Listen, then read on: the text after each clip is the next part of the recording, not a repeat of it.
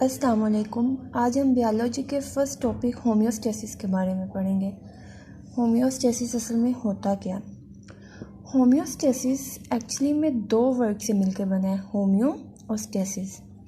Homeo का लफ्ज़ी मतलब same होता है, स्टेसिस का मतलब टू मेंटेन, मतलब बरकरार रखना। होम्योस्टेसिस की डेफिनेशन की तरफ अगर जाएं तो जो एक्सटर्नल इन्वायरमेंट में तब्दीलियां होती हैं उससे हमें अपने इंटरनल इन्वायरमेंट में बॉडी के इंटरनल टेम्परेचर को मेंटेन करना है, अपने इंटरनल इन्वायरमेंट को प्रोटेक्ट करना है। इस प्रोसेस को हम होम्योस्टेसिस कहते हैं। असल में होम्योस्टेसिस कंट्रोल सिस्टम की मदद से अपने इंटरनल इन्वायरमेंट को मेंटेन करता है।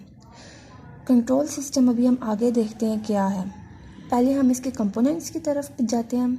होम्योस्टेसिस के एक्चुअली में 3 कंपोनेंट्स हैं, थर्मोरेगुलेशन, एक्सक्रीशन और ऑस्मोरेगुलेशन। टेम्परेचर को रेगुलेट करने के प्रोसेस को थर्मोरेगुलेट कहते हैं। हमारा बॉडी का नॉर्मल टेम्परेचर 37 डिग्री सेंटीग्रेड है, मतलब वो टेम्परेचर कम या ज़्यादा हो जाए उसको रेगुलेट करने के प्रोसेस को हम थर्मोरेगुलेशन कहेंगे।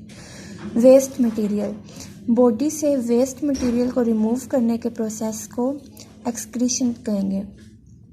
हमारी बॉडी में कुछ ऐसा फूड बच जाता है जो अनडाइजेस्टेड होता है, हमारी बॉडी उसको डाइजेस्ट नहीं कर सकती, उसको हम एक्सक्रीशन कहेंगे। ऑस्मोरेगुलेशन, वाटर और सल्यूट्स को बॉडी में रेगुलेट, वाटर सल्यूट्स की अमाउंट को बॉडी में रेगुलेट करने को ऑस्मोरेगुलेशन कहते हैं। अब आते हैं कंट्रोल सिस्टम की तरफ। 2 तरह के कंट्रोल सिस्टम होते हैं, फिज़िकल कंट्रोल सिस्टम और बायोलॉजिकल कंट्रोल सिस्टम।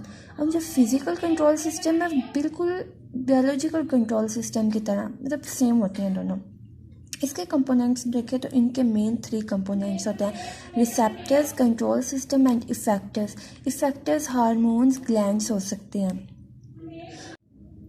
अगर हम फिज़िकल कंट्रोल सिस्टम की तरफ देखें तो उसमें हम थर्मोमीटर, ये एक टेम्परेचर को डिटेक्ट करता है।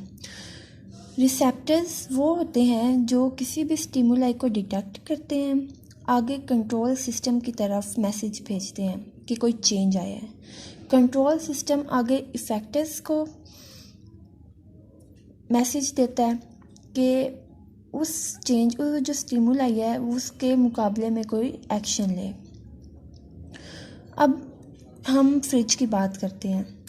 हम जो घरों में फ्रिज वगैरह यूज़ करते हैं उसका टेम्परेचर हमने 4 डिग्री है उसका टेम्परेचर, लेकिन वो एक्सटर्नल टेम्परेचर के चेंज होने की वजह से 3 डिग्री पे आ गया। जो रिसेप्टर होगा वो कंट्रोल सिस्टम को फौरी से वो कंट्रोल सिस्टम को मैसेज देगा, क्योंकि इसने रिसेप्टर्स का काम है टेम्परेचर को डिटेक्ट करना, किसी भी स्टिमुलाई को डिटेक्ट करना होता है। इसने टेम्परेचर को डिटेक्ट किया और फ़ौरन से कंट्रोल सिस्टम के पास गया कि कोई मसला है, कोई गड़बड़ है।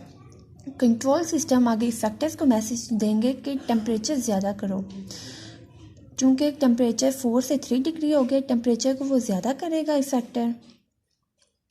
अब आप समझे वो टेम्परेचर ज़्यादा करता जा रहा है, लेकिन ये जो रिसेप्टर्स है वो फिर टेम्परेचर डिटेक्ट करेंगे और बताएंगे कि टेम्परेचर सेट पॉइंट से ज़्यादा हो गया। इसी तरह ये चलता जाएगा प्रोसेस। बायोलॉजिकल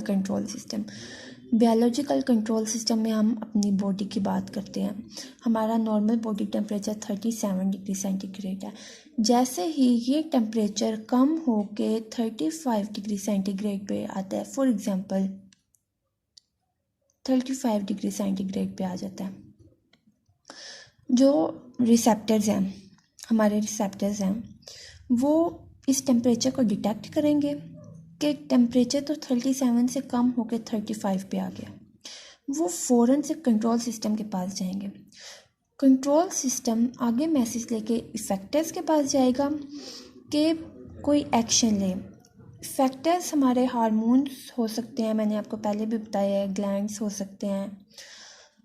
तो ये फौरी से टेम्परेचर को ज़्यादा, मतलब कूलिंग हार्मोन्स कह लें, प्रोड्यूस करेगा, जिससे टेम्परेचर हमारा ज़्यादा हो जाएगा और फिर से नॉर्मल पॉइंट पे आ जाएगा 37 डिग्री सेंटीग्रेड।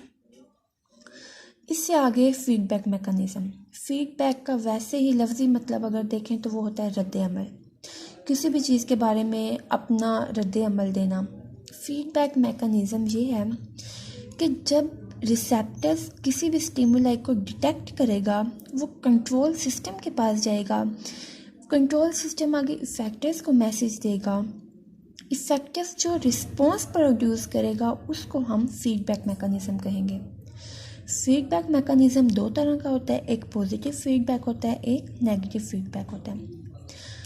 पॉजिटिव फीडबैक वो होता है जो रिसेप्टर्स के अलोंग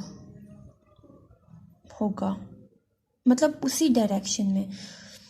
और नेगेटिव फीडबैक वो होता है जो अगेंस्ट किसी भी स्टिमुलाई का किसी भी फैक्टर्स का किसी स्टिमुलाई के अगेंस्ट रिस्पॉन्स प्रोड्यूस करना नेगेटिव फीडबैक कहलाता है।